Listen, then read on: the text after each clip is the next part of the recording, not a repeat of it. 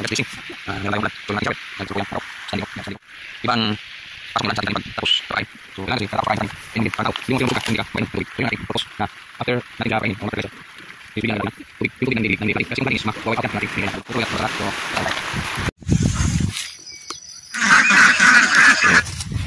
Dali lang. napakasimple.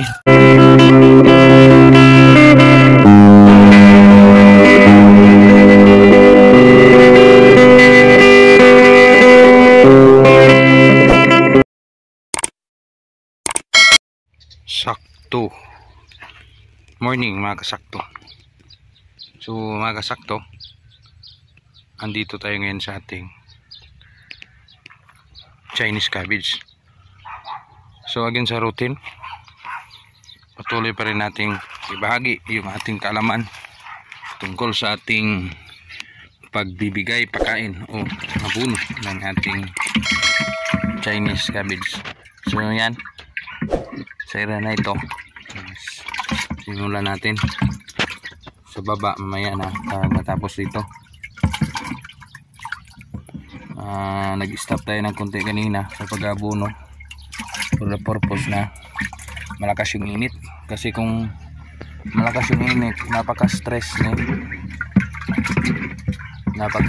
ni cabbage.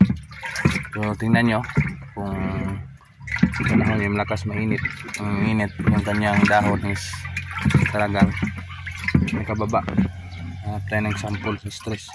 So yun, unahan yun. So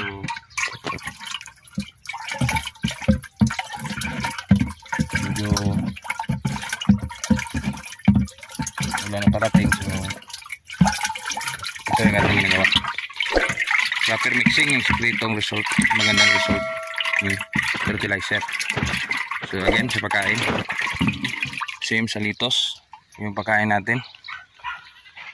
Ingatan na hindi matamaan yung dahon. So sa ganito, so mahirapan tayo kasi malaki na yung dahon. 1, 2, 3, 4, 5. So ingatan talaga hindi matamaan yung dahon. Improvised kawayan yung ginagamit natin. Yun. So mahirapan tayo kasi yung isang kamay natin nagawak ng kamera. So ganun pa rin sa gawa. Continue yung ating pag-aabono hanggat maaari. Sa tanim na ito pwede 4 kung medyo pabilog na, mga stage na ganito. Example tayo. Yan. Kung ganito na, kung almost mag-close na, yan, pabauna ng isang application. So mukhang may blessings tayo, malakas yung ulan. No, titigil muna tayo sa pagbibidyo. A few moments later. Sakto. Morning mga kasakto. So mga kasakto, andito tayo ngayon sa ating Chinese cabbage. So again sa routine, patuloy pa rin nating ibahagi yung ating kaalaman tungkol sa ating pagbibigay pagkain o abono ng ating Chinese cabbage. So yan, sa area na ito, simulan natin sa baba mamaya na matapos dito. Nag-stop tayo ng konti kanina sa pag-abono for the purpose na malakas yung init, kasi kung malakas yung init napaka-stress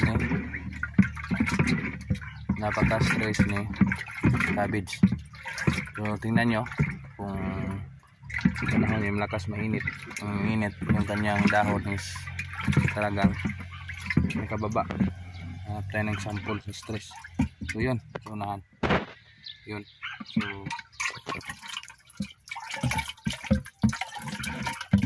medyo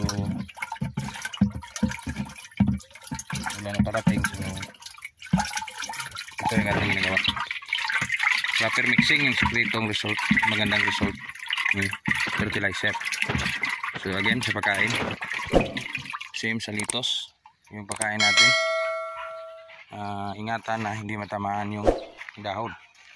So sa ganito, so mahirapan tayo kasi malaki na yung dahon. 1, 2, 3, 4, 5. So ingatan talaga hindi matamaan yung dahon. Improvised kawayan yung ginagamit natin. Yun. So mahirapan tayo kasi yung isang kamay natin naghawak ng kamera. So ganun pa rin sa gawa. Continue yung ating pag-aabono hanggat maaari. Sa tanim na ito pwede 4 kung medyo pabilog na, mga stage na ganito. Example tayo. Yan. Kung ganito na, kung almost mag-close na, yan, pabauna ng isang application. So mukhang may blessings tayo, malakas yung ulan. No, titigil muna tayo sa pagbibideo. A few moments later. So tuloy tayo mga kasakto sa ating pagbibideo. Yung ulan is pinugasan lang ang ating tanim.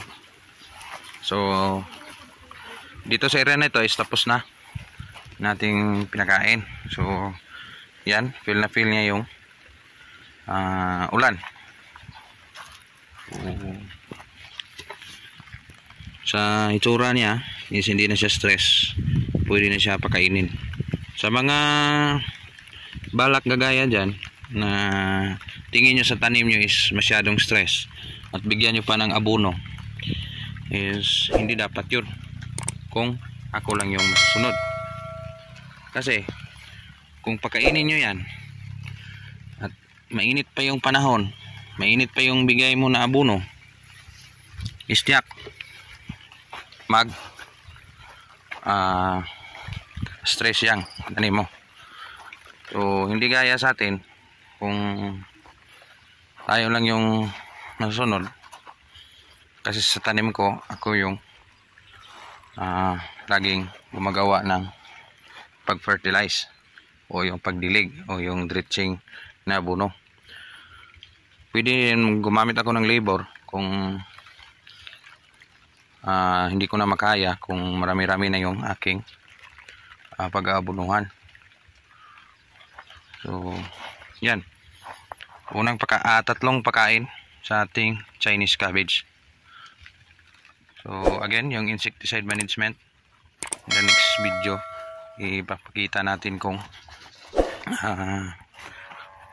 ganun ba ka consistent yung gamit nyo as yung gamit ko. Kasi yung mga fungicide nito is karaniwan lang yung mga mumurahin at yung hindi masyado mainit sa dahon. Kasi may mga klase na fungicide na mainit din sa, especially yung mga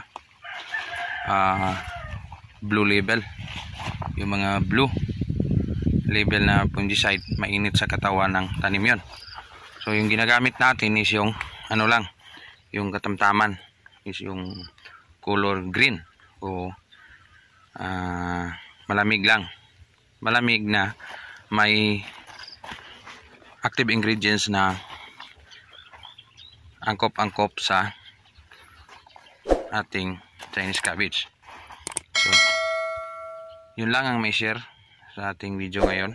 So next, kita natin kung paano din tayo mag-apply ng insecticide or insecticide management.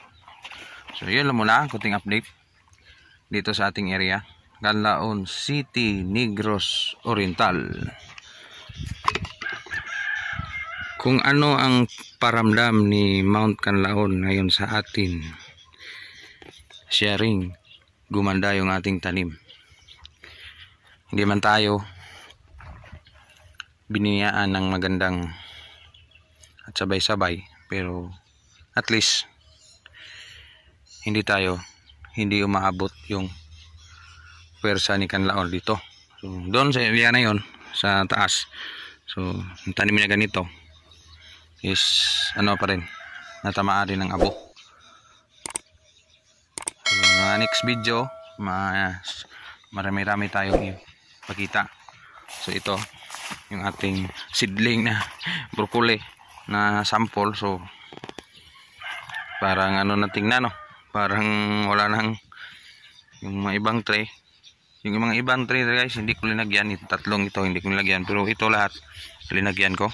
Ito hindi ko linagyan, pero yan nilagyan yan. Pero yung iba is hindi tumubo. So shout out Rasmore, yung mga buto nyo ha, hindi talaga lahat germinated. Ito yung kanyang lagayan, oh. Dalawang ganito yan, broccoli na hindi lumabas yung iba.